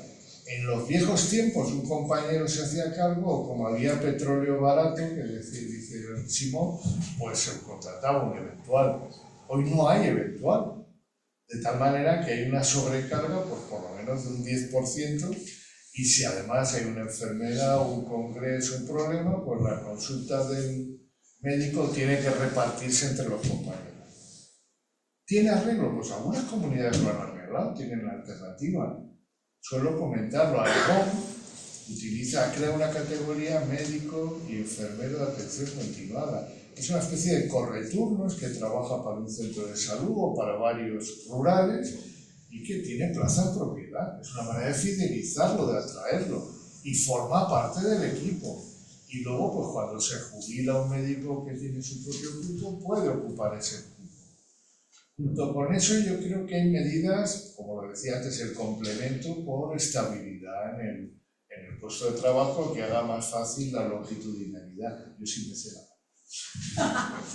Te has sabido. Y luego, por otro lado, también yo creo que tenemos que revisar ese viejo concepto de puerta de entrada. Con la cronicidad, en realidad, deberíamos hablar de centrocampista, de alguien que distribuye el juego. Y además otra cosa, es decir, cuando un paciente tiene un evento grave que concentra toda la atención, un infarto, un accidente vascular, un intento de suicidio, en realidad el médico de referencia es el de la especialidad del evento grave. ¿Y qué tiene que hacer el médico de atención primaria? Actuar como ocurriría en una orquesta cuando hay un concertista. En un concierto ayuda, pero el que dirige la orquesta es el instrumentista, es el violín, el piano, hasta que se repone una cierta normalidad y entonces ya puede pasar a ser ese centrocampista efectivo. Y esto nos obliga a una relación muy directa con el mundo del hospital. Difícil, Difícil pero necesario, pero también hay métodos. Los británicos ensayaron la idea de incluir un presupuesto en la atención primaria para pactar con el hospital, bueno, primero elegir qué dermatólogo les era más simpático y pagarle a ese por unas derivaciones que pactaban. Es que hay que hacer cosas. Es decir, lo milagroso es que funcione tal como tenemos las reglas del juego. No sé si Sergio... Por alusiones, Sergio, ¿quieres decir algo? ¿Quieres decirnos algo? Ilumínanos. No, yo hablándolo el otro día cuando estuvimos en Madrid, en el Ateneo de allá, yo creo que para mí mi única prioridad ahora mismo es intentar convencer a la gente de lo importante que es que el profesional sea el mismo. Porque es, además de lo que hay una evidencia científica completamente incuestionable. Y en cambio eso, ningún servicio de salud de España está apostando por eso. Y lo que dices tú, o sea, yo creo que los países que sí que lo tienen es porque hay incentivos fuertes, sea el modelo de régimen laboral que tengan, para que la gente esté la mayor parte del tiempo en el mismo lugar. Incluido en los últimos tiempos el médico rural tenía casa. Y ahora no, ahora se tiene que buscar la vida. Por las variaciones. como la Guardia Civil, pero la Guardia Civil sigue habiendo casas cuartel. Yo sin estar en desacuerdo diría también que 38 años con la misma gente es cansino, ¿eh? Claro, pero fíjate, o sea, yo creo que al final puede aspirar, eso que comentabas al principio, y que es una nueva generación con nuevos valores, igual que también los cafés son una nueva generación con nuevas expectativas. Pero una cosa es condenar a alguien a estar 30 años en un pueblo minero como pudo dejar hasta que se muera, y otra cosa es que cambiemos cada prácticamente mes. Entonces, yo creo que si el ciclo político son 4 años, hombre, al menos 4 años que tengas en ritmo. No creo que eso sea pedir mucho. Hasta 8, hasta 2 legislaturas. Bueno, pues vamos a ir a Fabiola. Por ahí atrás. Sí, hola. A ver, a mí me gustaría retomar algo que dijiste que tenía que ver un poco con el mensaje a los médicos o a los sanitarios más jóvenes. Estoy cerca de los 50 años y me toca trabajar con profesionales jóvenes y a propósito de alguna manera de este concepto que dijiste la pasada, dijiste después lo vamos a desarrollar, pero que tiene que ver con el voluntariado tóxico. Mis compañeros, que son bastante más jóvenes que yo soy psiquiatra y trabajo en INAI, y tengo compañeros psiquiatras que son mucho más jóvenes. Y claro, en algún momento esta lectura que yo veía como falta de compromiso, porque a veces quedaban pacientes sin verse, ¿no? Ellos me decían, lo que pasa es que en la medida que lo sigas viendo en el tiempo de los demás, pasa lo que pasa, que seguimos siendo lo mismo y no tenemos opción de poder dar una prestación como corresponde. Entonces ellos se niegan constantemente a no ver pacientes extra porque dicen, no, o sea, es que no va en contra del tiempo que yo tengo que dedicar a los pacientes y bueno, sí, y a mí me parece que es respetable en el fondo, porque a lo mejor la que no lo está haciendo bien soy yo. Yo vengo de un país donde gestionamos pobreza y por lo tanto podemos ver muchos más pacientes por horario y en general estamos acostumbrados a hacer un poco de rigor con poder, por ejemplo, ver más pacientes por cupo, ¿no? Entonces, en ese sentido, ¿cómo también hablar con estos médicos jóvenes que tienen la mala costumbre de querer conciliar la vida familiar, de vivir tranquilos, de hacer deporte, por lo tanto trabajar menos, ¿no? Con las necesidades, ¿no? Con las necesidades, por ejemplo, de plantearnos y decir, cuando tú decías, tenemos que darles un mensaje que en realidad esté desvinculado de este romanticismo, por decirlo de alguna manera, que no me acuerdo la palabra que usaste, yo me quedo como con esa idea, ¿no? Pero por otro lado es como reconquistar también, ¿no? O conquistar o seducir para poder recuperar algo de este marco valor, ¿no? No podemos dejarlo ir sin ninguna discusión, pero ¿cómo llegamos a esta generación joven que también es parte de la generación de pacientes más jóvenes, también que buscan otra cosa, que tampoco buscan lo que nosotros estamos intentando darles, ¿no? Y en ese sentido, eso, como me gustaría que desarrollaran un poquito más esto del discurso y esto del voluntariado tóxico, que Voluntarismo. O voluntarismo tóxico, que tiene que ver un poco con eso.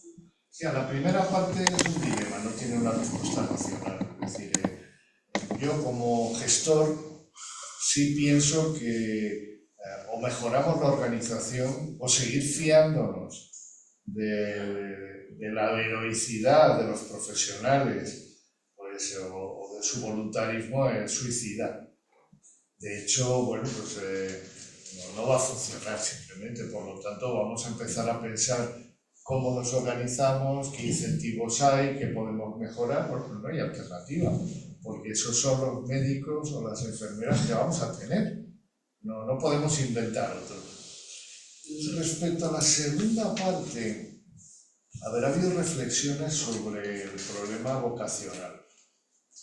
Es decir, en este momento, sobre todo la medicina, pero también la enfermería roba los mejores talentos cada año que salen de la universidad y y los roba con un sistema de selección, ahora le llaman miricina también, un sistema de selección y de progresión que va segmentando pues, gente con unas habilidades cognitivas muy especiales.